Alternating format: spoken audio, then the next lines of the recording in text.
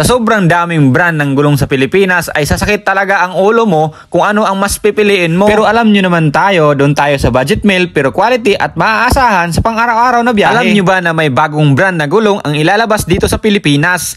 Duro Tires, matagal na sa Thailand at ilalabas na dito sa Pilipinas. Umaga pa lang, nag-prepare na ako. Flex ko lang yung Inspicurian jacket ko. Kung gusto nyo, visit na kayo sa TikTok shop ko. Nagpagas pala tayo dito sa may Clean Fuel kasi mas mura at dahil may card tayo sa Clean Fuel, mas mababawasan pa. At dumiretso na nga tayo dito sa Marilao Racetrack. Maliit lang na racetrack na pwede niyong praktisan kaysa labas na pwede kayo makadamay ng iba. May piniramahan kami dito as part of Duro Tires Philippines. Kasama natin sa Duro Tires si Ma'am Bianca. Ganda, di ba? Bianca Gonzales. Bianca de la Mali. Yung sinusuyo, di naman alam kung bakit parating tinatoyo, malamang mga lalaki talaga, oh. Nagpalit kami ng gulong na Duro Tires para subukan ang kapit at performance nito. Backlash na naman si Gulat pero okay lang. May gulong na tayo na Duro para sa araw-araw nating serbisyo sa publiko. Kakabit na si Duro Tires, ayan. Duro Tires, baka Duro yan. Palit agad tayo ng gulong. Duro Tires, ayan. Duro Tires. Kaway. Carwino TV. Carwino? Kasi may nakita ko yung vlogger na pogi ko yun.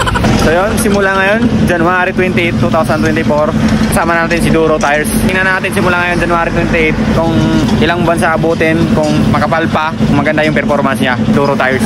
Made in Thailand. Ito pala ang Eagle, medium compound, pang wet and dry, road condition. Hindi matigas, hindi rin malambot, sakto lang. Baka Duro yan. Shoutout nga pala kila kay Kuya. Marami sila dito kaya mabilis ang serbisyo. May mga nakasama pala tayong mga motovlogger, sila Carwino TV, Janjan lang, Digileo TV, Papa Jos, at marami pa. Kaya support natin din sila. So, good morning po sa inyo. Morning, Bianca.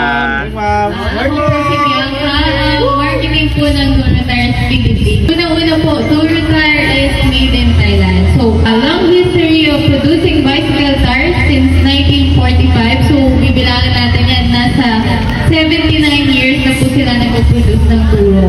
Makakasigurado po talaga tayo na safety, ang quality, and durable po ang Duro Tires. Apat pala kaming mauuna dahil sa Duro Tires Philippines, priority nila ang safety. Meron kaming mga basic safety gear, gaya ng kinabisado ko muna ang racetrack, painit sa gulong ng Duro Tires Philippines, tapos bira-bira na. Ang road condition pala sa Marilao Racetrack ay medyo uneven road, pero dito sa Duro Tires, basic lang, kapit at ramdam mong maasahan sa daan. Konting piga at banking, talagang di ako pinahiya. Trivia lang kapirata, ang Duro Tires ay 1946 pa lang ay nagsusupply na ng gulong sa Thailand, kaya masasabi mong subok na sa kalidad at serbisyo sa daan. Duro Tires, papatok yan sa publiko at ipapakita ko pa sa inyo sa mga susunod ko pang mga video ang performance ng ating gulong na Duro Tires. Kung ilang buwan bago mapudpod at ilang uduan na takbo. Kaya subukan mo si Duro Tires. Una pa lang magkasama pero maingay na. Kaya abangan nyo si Duro Tires, malapit na. Salamat sa mga nakasama, lalo sila Ma'am Bianca at Erica, Sheriel at sa kanilang mga kasama. Shoutout po pala sa asawa ko dyan. Olive, Papa Dome. Support natin yan. At abangan nyo mga kapirata,